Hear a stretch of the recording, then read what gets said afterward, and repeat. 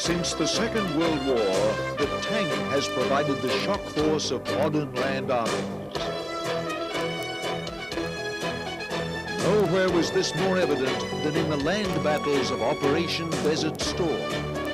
This video ordnance program examines the tanks and the tank crews of the United States Army.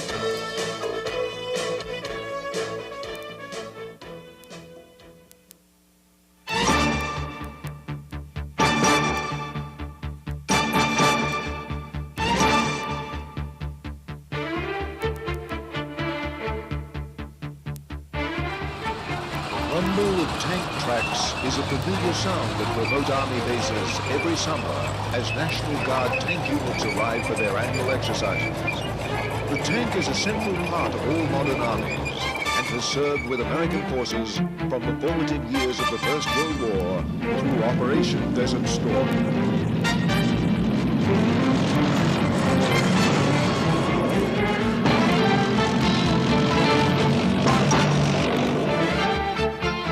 First American tank units were formed in France in 1917, commanded by a little-known Colonel, George Patton. Their tanks were the hardy little French Renault FT. The Renault was the first modern tank fitted with a traversing turret like all succeeding tanks. It was very unlike the more ponderous land ships of the British Army, though the American Army had a battalion of these as well. The Renaults and their American-built copies were necessary as American industry had little success manufacturing its own tanks before the end of the war. In the 1920s, American inventors tackled the challenge of tank design with considerable enthusiasm, though not always with great success. The early tanks, like this Cunningham light tank, were little removed from their World War I ancestors. Not very fast, not well protected, and not well armed. But then, neither were those of most European armies of the time.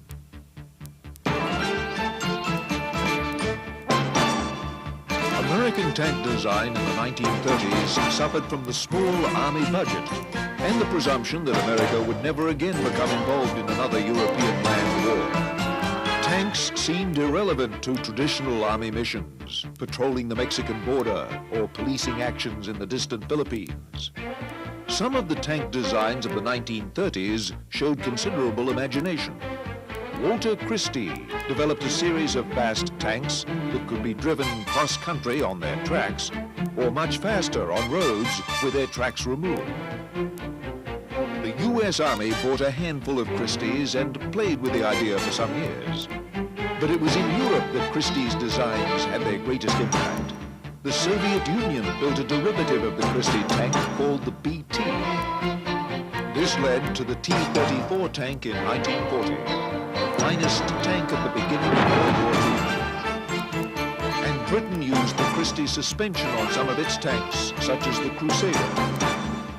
As war clouds brewed in Europe, the U.S. Army paid greater attention to tank design. Its designs in the late 1930s were uninspiring compared to many European designs. When Europe went to war in 1939, the U.S. Army's tank force was about the same size as that of the small European powers, Italy, Poland, Romania. Urgent work was begun. The U.S. Army entered World War II with two principal tank types, light tanks such as the M2A4 and M3, and medium tanks such as the M3. The M3 medium tank used an unusual configuration with its main 75mm gun in the hull and a smaller 37mm gun in a separate turret. This peculiar arrangement was due to the fact that American industry could not yet cast turrets large enough to accommodate the powerful 75mm gun. The idea for the M3 medium tank's gun arrangement came from the French Char B tank, one of the most powerful tanks in the world in 1940. The M3 medium tank and its smaller companion, the M3 light tank, saw their combat debut in the hands of the British, provided through Lend-Lease. American tanks developed a reputation for automotive excellence and durability even though their armor protection and firepower often fell short compared to German tanks. A new tank was on the drawing boards, the M4, better known as the Sherman. The Sherman tank was the mainstay of the U.S. tank force in World War II.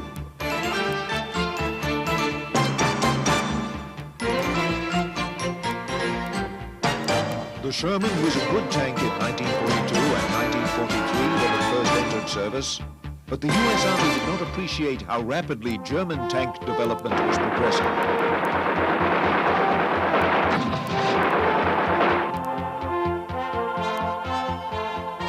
The main tank battles were fought on the Eastern Front between Germany and the Soviet Union. New German tanks, like the Panther and the Tiger, were developed to deal with the Soviet tanks like the T-34 with its crispy suspension. New German tanks were twice as heavy as the Sherman. Their powerful guns could easily punch through the Sherman's thinner armor. By the time the U.S. Army faced its greatest challenge after the Normandy invasion in 1944, its Sherman tanks were outgunned by the better-armed Panther and Tiger. Even the improved version with its 76mm gun could barely penetrate the German tank's thicker armor. Fortunately, the German tank force was weakened considerably by Allied air power. Large-scale tank battles of the type seen on the Eastern Front were a rarity on the Western Front. The Sherman, because of its reliability, proved adequate to do the job. The most powerful American armored vehicle of World War II was the T-28 Super Heavy tank. It was not designed to fight other tanks, but to duel with heavy fortifications, the type expected on the German Siegfried line. It was so heavy that it had to have 4 sets of tracks instead of the usual 2. Its thick armor was nearly impervious to any conventional land artillery. But in a war of maneuver, its weight was a major drawback, and none ever saw combat.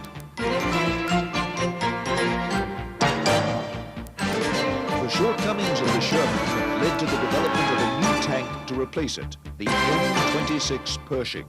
The Pershing was not as heavy as the T-28, rather it was about the same size as the deadly German Panther tank, and armed with a 90mm gun. During the Korean War, the Pershing and the Sherman were used in tank battles with the Soviet-supplied T-34 tanks, manned by the North Korean and Chinese armies.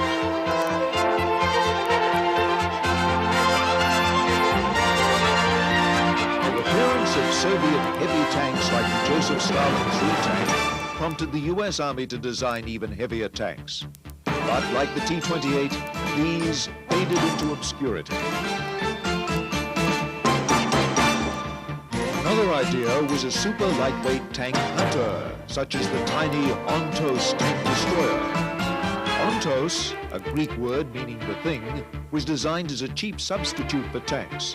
It was armed with 6 recoilless rifles, giving it enormous firepower for so small a vehicle. But it lacked the combat endurance of more conventional tanks. Only a small number were used by the Marine Corps.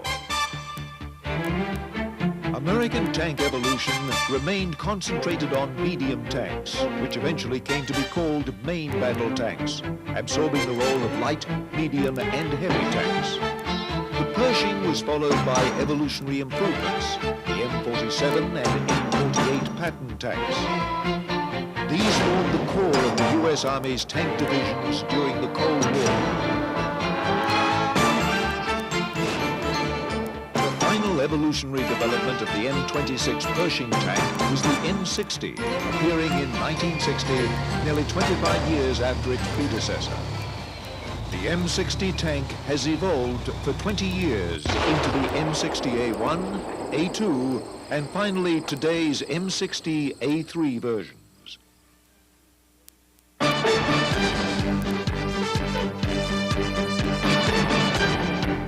In the U.S. Army today, there are tank units manned by regular Army units and by members of the National Guard. The regular units are composed of professional full-time soldiers who have made the Army their career. But the United States Army, like an increasing number of armies faced with shrinking budgets, cannot afford to base its entire force structure on professional troops. Instead, a portion of the force structure is made up of reservists and part-time soldiers who can be mobilized in the event of a national emergency or a major war. The National Guard has played a special role in the U.S. Army force structure and looks with pride on its historical role in America's tank force.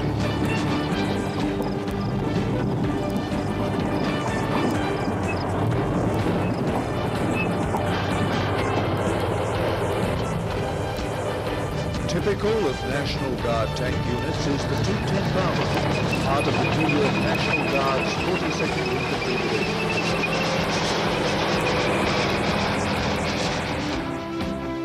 Well, we are part of an infantry division, and all infantry divisions do have armor units in it.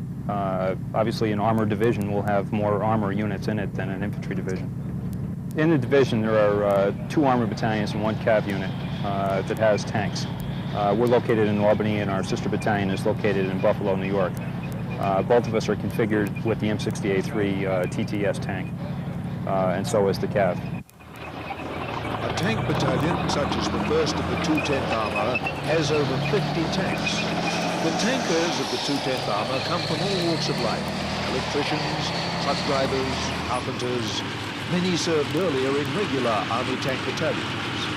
The experience of the Guards tankers is very different from regular Army service. Guardsmen spend less time with their military tasks, but the units have a stronger tie to the local community.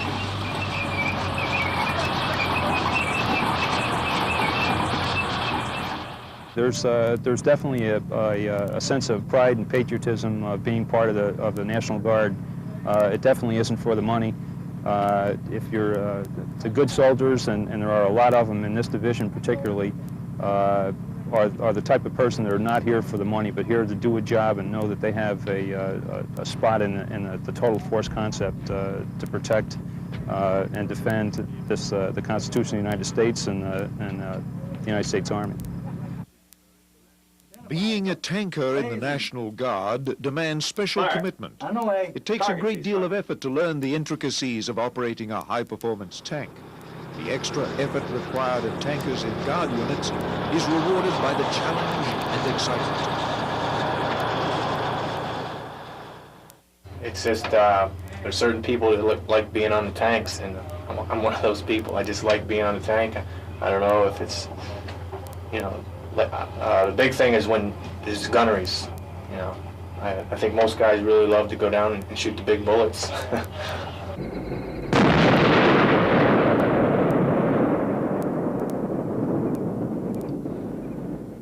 The 210th Armor is equipped with the M60A3 tank. This battalion had the older M48 Patton tank until recently, which did not have the sophisticated features of the M60A3.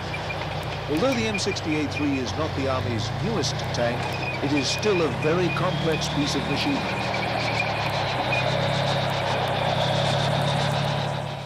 This is an M60A3 tank with tank thermal sights. With this sort of tank, we can fire on the move. It has stabilization, has a laser rangefinder, has thermal sights for night engagements without illumination. We've been using this track vehicle for about 2 years now. We switched over from the M48 A5s. Oh, they're great. They're much better than the 48s.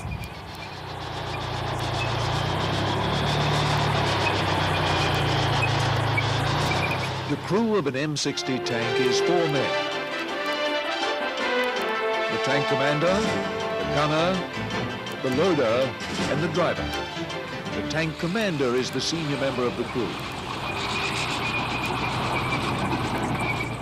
The tank commander is responsible basically for everyone in the tank, for the safety, and ensure the gunner, and you lay the gunner on his target. When the tank commander or a crew member identifies a target, the tank commander just goes ahead and issues his fire command, and you all work together to get the target destroyed. The tank commander sits in the right rear portion of the tank turret. He operates the 50 caliber machine gun mounted in a small sub-turret or cupola located on top of the main turret. Inside the turret, he has a complex set of controls to carry out his tasks. This piece of equipment right here is a tank commander override, and he can move the tank, turret, right, left, elevate the gun, depress the gun, fire the gun, and do some lead if he's firing at a moving target. This piece of equipment is the night sight. It's an extension from the gunner's night sight, so we can see exactly what the gunner's seeing at night or during the day, because sometimes this sight works a lot better than your daylight sight. This piece of equipment right here is a laser rangefinder, and what it does is it sends a laser out, reflects off the target, comes back, and that will give you your range. This piece of equipment here is your 50 caliber night sight. It's a passive elbow. This is your 50 caliber day sight.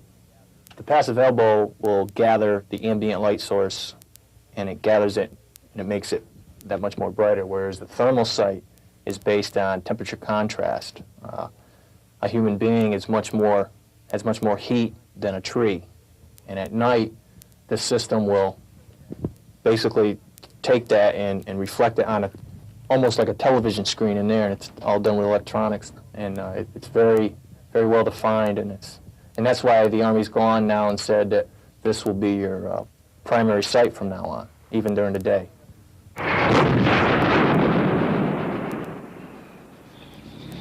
The next crewman in seniority is the gunner.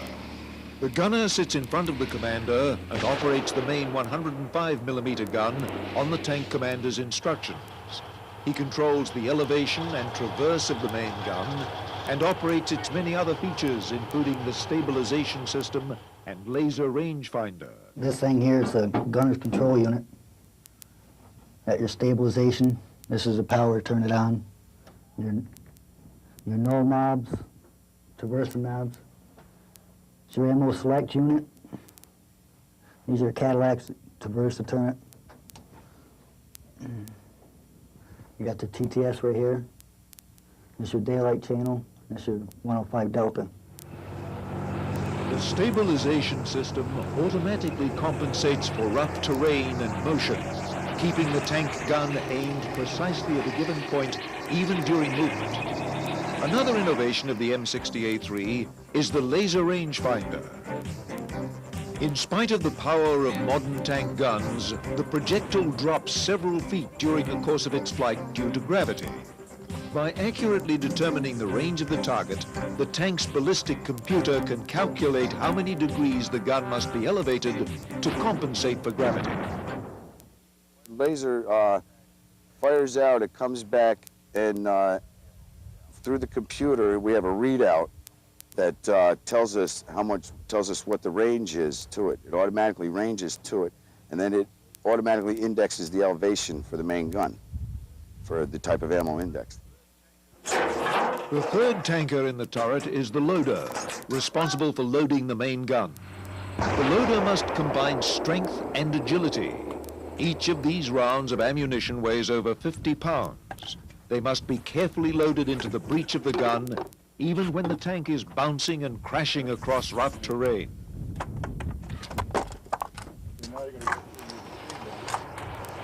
Isolated from the turret crew in the front of the hull is the driver.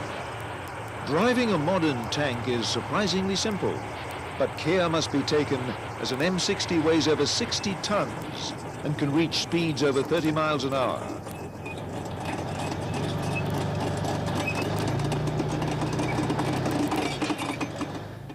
Well, I'll tell you, the tanks probably ride better than most cars on the road. You have the throttle pedal, the brake pedal, and you use a T-bar instead of a steering wheel. And what the T-bar does is it locks up the brakes on the side of the track that you want to go on. If you ever ridden a snowmobile, you know, you just turn the T-bar side to side. Even though a modern tank like the M60 is relatively easy to drive, it requires constant attention from its crew. Unlike the family car, a tank requires maintenance every day it is being used. You can just see, because of the size and the weight of the tank, there's a tremendous amount of stress on the parts, the road wheels, the suspension system altogether, the hull, the checking your oils, your batteries. You guys were in the turret earlier, so you saw how complicated the fire control system is, and you constantly have to do computer checks and night sight checks. So, yeah, there's a lot of maintenance involved, but that comes with the territory. Probably close to 50% of being a tanker is pulling maintenance. A task unique to tankers is called bore sighting. The M60A3 has 4 sights that must be carefully aligned to ensure that the projectile will hit its target. The care that the tank crew takes in maintaining the gun system determines the long-range accuracy of the weapon. You need a bore sight to bring all your sights, your TTS, your daylight channel, your 105, and your laser rangefinder sight in alignment with the main gun, the center of the main gun. Hello? Come on down. Come on down. Whoa. Up to your left. Nice and easy. Nice and slow.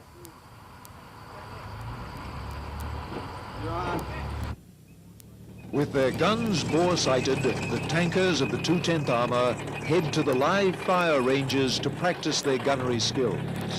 Practice ammunition is loaded before reaching the range.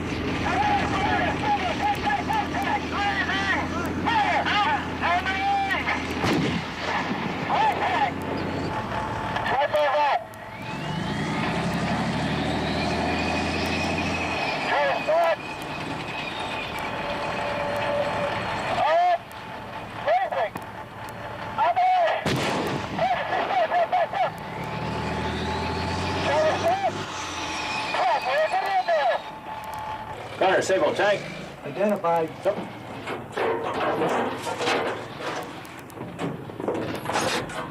Blazing. Fire. On the way.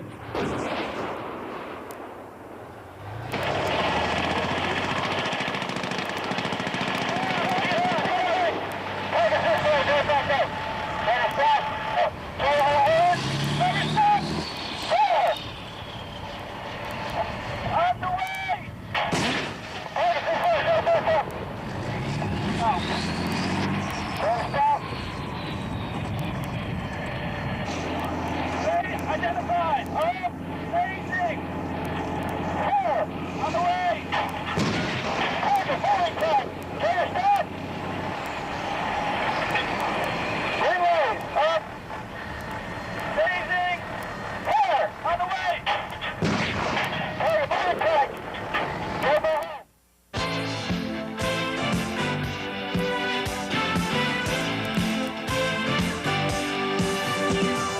The American tank force traces its ancestry back to the infantry, artillery, and cavalry branches. It retains its strongest emotional ties to the cavalry. The closest reminder of its cavalry heritage is its scout and armored cavalry units. A tank battalion like the 1st of the 210th Armour has over 50 tanks divided into several companies. But in addition to the tanks, the battalion also has a scout platoon. Primary function of scouts is reconnaissance. What we do mainly is go out in front of the battalion and search for information. And once we get that information, we make sure it gets back to the battalion. Armored scout vehicles have changed considerably over time. In the years before World War II, most scout vehicles were armored cars. Such vehicles were faster than tanks. They were not as well protected or as well armed, since their mission was to find the enemy, not to fight the enemy.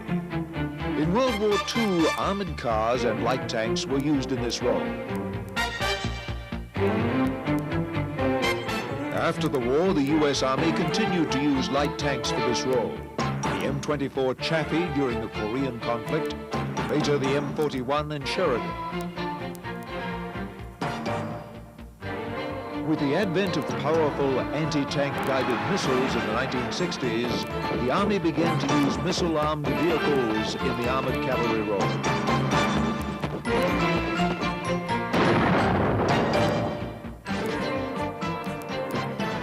In the National Guard tank battalions, the tanks are supported by a scout platoon of M901 improved tow vehicles.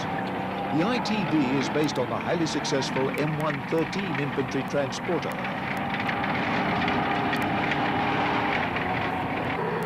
Its main difference is this hammerhead launcher, which can fire the tow anti-tank missile. The hammerhead assembly on the roof of the vehicle allows the ITV to hide behind terrain with only the missile launcher itself exposed to enemy fire.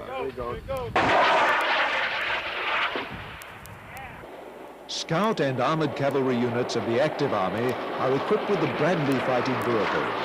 The Bradley is best known as an infantry transporter, but when it was first designed, the Bradley was also adapted for the cavalry role in a version called the M3 Cavalry Fighting Vehicle. The Bradley is better armed and armored than the ITV, but for scouts, the main mission remains its traditional one, to find the enemy.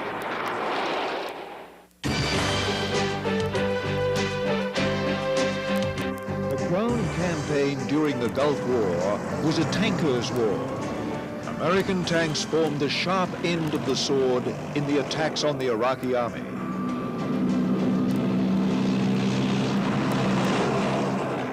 The M60 tank was used by the tank battalions of the U.S. Marine Corps.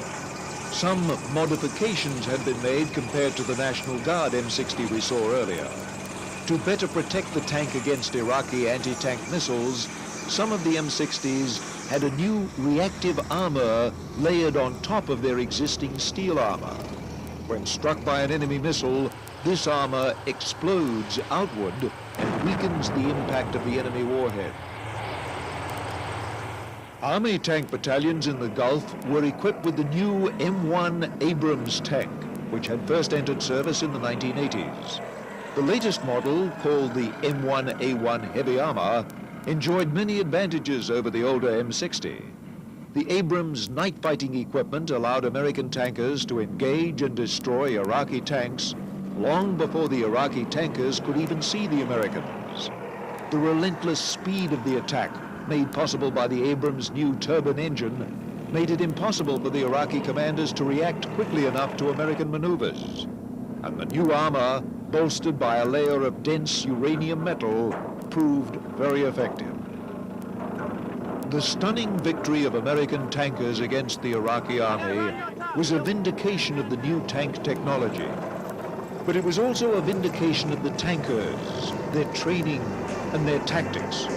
The quality of tank crews remains every bit as essential as their technological quality, a traditional hallmark of the Yank tank.